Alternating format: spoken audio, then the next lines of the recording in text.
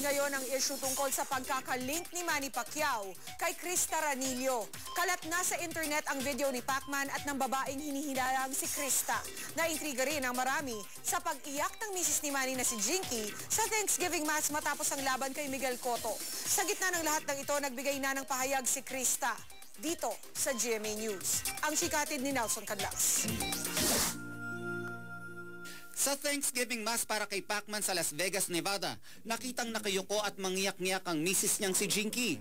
Maya-maya inabutan na siya ng shades ng kaibigang nasa kanan niya sa bahagi ng pagbibigay ng peace sign. Sumandal na si Jinky sa kaibigan at humikbi.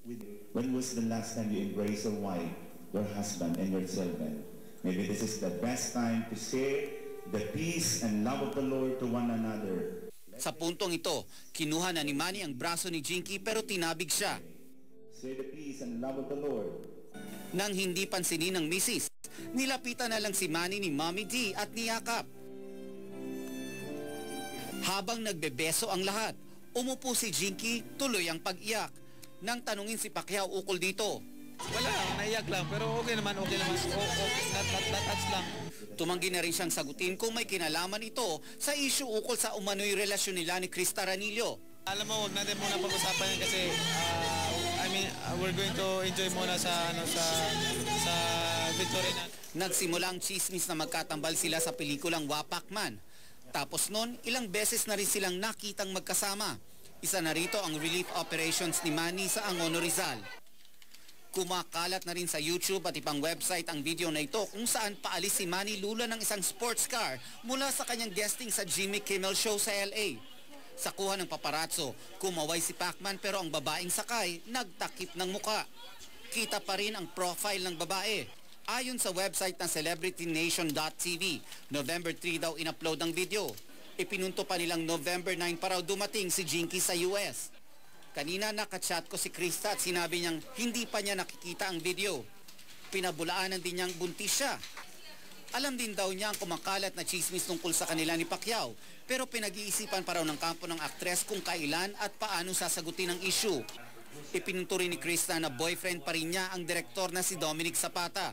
Sa isang text message, sinabi naman ni Zapata na maraming kasinungalingan na lumalabas tungkol sa isyong kinakasangkutan ni Krista. Bukod dito, wala na siyang direktang pahayag tungkol sa issue. Hindi binanggit ni Zapata kung may relasyon pa nga sila ni Krista. Alas 5 kaninang hapon, nakausap namin sa telepono ang manager ni Krista na si Arnold Vegafria.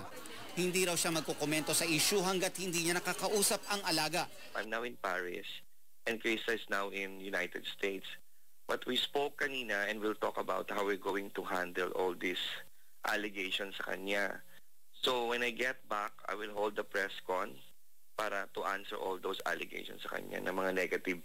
Hanggang ngayon, pinipilit pa rin kunin ng GMA News ang panig ni Manny at Jinky tungkol sa issue. Nelson Cadlas sa Katutok, 24 Oras.